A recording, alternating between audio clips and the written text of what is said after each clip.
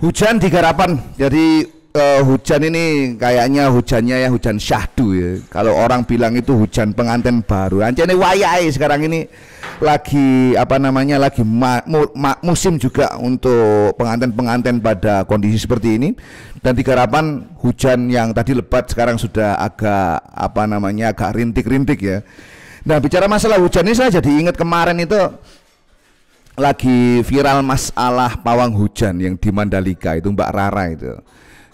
Itu banyak sekali pro dan kontra yang berkembang ya. Ada yang bilang yang musyrik lah ya, musyrik. Itu yang kontra ya, yang pro yaitu adalah sebuah local genius kan begitu, artinya kebudayaan lokal yang memang harus dihormati. Nah, tapi kenyataannya memang bahwa hal-hal semacam itu memang sudah ada di lingkungan kita ya. Jadi kalau seumpama di Jawa ini sampai ada acara hajat pernikahan itu nggak bisa lepas dari pawang hujan. Acara ngecor misalkan, ngedek rumah itu juga nggak bisa lepas dari pawang hujan. Jadi saya sih termasuk yang pro saja ya, karena itu memang ya nggak bisa dihapuskan dari kehidupan apa ya, kehidupan sosial kita gitu. Misalkan saja kalau sampean jualan pakai rombong itu banyak kejadian uang itu habis nggak tahu kemana, itu sering sekali. Mungkin yang sampean jualan-jualan kaki lima itu juga merasakan demikian. Dan saya salutnya itu menjadi pawang hujan dengan PD Mbak Rara ini sangat saya apresiasi sekali.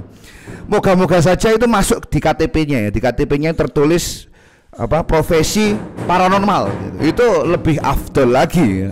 Karena memang mengambil profesi dengan sepenuh hati sampai masuk ke KTP itu adalah urusan yang kelas dunia menurut saya. Karena memang itu benar-benar ya saya profesinya paranormal, Pak. Itu masuk itu. Karena sampai sejauh ini pun saya nggak tahu ini yang pak tukang yang lain ya, itu profesi yang dicantumkan di KTP itu apa wira swasta atau memang tercantum tukang, atau kalau saya pribadi itu KTP saya masih mahasiswa. Ini nggak pede sekali ya, wong dagangan kok masih tertera mahasiswa, karena belum saya urus sejak nikah kemarin, itu belum saya urus karena ribet sekali untuk ngurus di daerah sebelahnya Surabaya, bukan Surabaya is good, sebelahnya itu agak susah ya, akhirnya belum saya urus sampai sekarang meskipun sudah punya 2 anak ya. Jadi begitu, menurut saya itu sebuah keunggulan atau saya apresiasi benar ya kalau seumpama sangat pede sekali dengan profesinya, profesi sebagai paranormal. Iku jos itu ya. Tukang-tukang itu harusnya cak pi barangnya nang KTP-nya itu ditertakan itu tukang ngono harusnya tukang gitu. Wah, wira swasta itu termasuk tukang wira swasta gitu. Aku kepikiran gitu, misalkan apa 9 naga atau pengusaha-pengusaha yang kelas dunia itu tercantum di KTP-nya sebagai apa? Pengusaha gitu. Kalau sama wira swasta ya podo ae sampai pak tukang iki gitu. Nah, sakti ini sebenarnya Mbak Rara ini kan profesi sebagai pawang hujan. Saya yang di dunia bangun-membangun, menjual rumah seperti ini ya, gak bisa bayangkan loh, sebenarnya kita punya turunan-turunan sakti loh, terutama para tukangnya itu. Dulu itu kita kenal Bandung Bondowoso, itu membangun 1000 candi dalam 1 malam. 1000 candi Pak Bro, dalam 1 malam itu sakti didoyoni kepriye begitu ya. Nah, tukang-tukang sekarang ini sebenarnya sakti-sakti juga ya, cuma modifikasinya ini lain. Misalkan saja untuk menghalus-haluskan ruangan seperti ini, dulunya itu pakai pelamir, sekarang sudah ada TR30 dari 3 roda ya, yang hemat lem, kemudian lumer, itu semuanya pakai itu. Misalkan saja untuk luarannya itu sekarang sudah pakai MU, apalagi atapnya ini sudah malah atap PVC sekarang ya. Apalagi itu pakai gipsum gitu. Biasanya yang pakai triplex saiki sudah ganti ke gipsum atau ke internet. Nah, kemudian ngedek itu dulunya pakai triplex, sekarang lagi musim bondex. Jadi emang ya saktinya ini berubah, saktinya ini ke pabrik sekarang itu.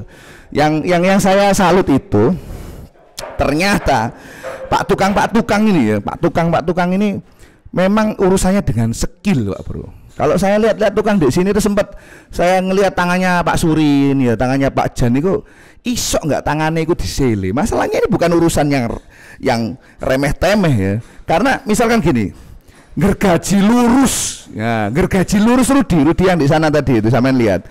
Gergaji lurus saja, Mas Rudi ini sudah melalang buana dalam dunia perkuliahan loh, padahal gergaji lurus saja penceng Pak Bro. Wis iso gaji lurus ya menurut? Bisa teman. Bisa lah. Wah, itu iso. Sakti ya deh. Jadi urusan menggeraji lurus, kemudian ngaci itu begitu srit ya, kemudian apalagi itu menangi itu wapi, melafoni kelas, ukurannya juga presisi, itu juga nggak urusan gampang karena tukang ini sebenarnya juga urusan skill. Makanya saya juga setuju kalau semua tukang-tukang di Indonesia di KTP-nya tertulis apa namanya itu profesi sebagai tukang ya. Kuli gak apa-apa ya, kuli gitu ya, gak apa-apa sah ya. Jangan dikira loh kuli bangunan itu apa namanya sebuah profesi yang amburadul. Dari semua pak tukang di sini termasuk saya, kalau lagi pulang kerja itu yang paling necis itu bapak kulinya, Rudinya paling necis ya, paling necis. Jadi pakaiannya itu atasnya itu pakai merek apa itu, Eiger atau apa ya, kemudian celananya itu jeans paling rapi semuanya.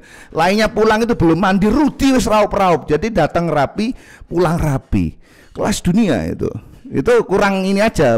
Bajunya kalau bisa outfitnya itu ditambah mas, sing regone kelambine 1 juta 2 juta ngono masuk asli nih. Kelas ya. Jadi saya pernah nyindir itu, saya ada dulu tukang itu kan rapi banget itu, wah kayak mandor tebu aja loh. Marah pak, mandornya bagus pak, tebunya itu nggak ada, mandor tebu itu rapi-rapi pak, gulu-gulu kape.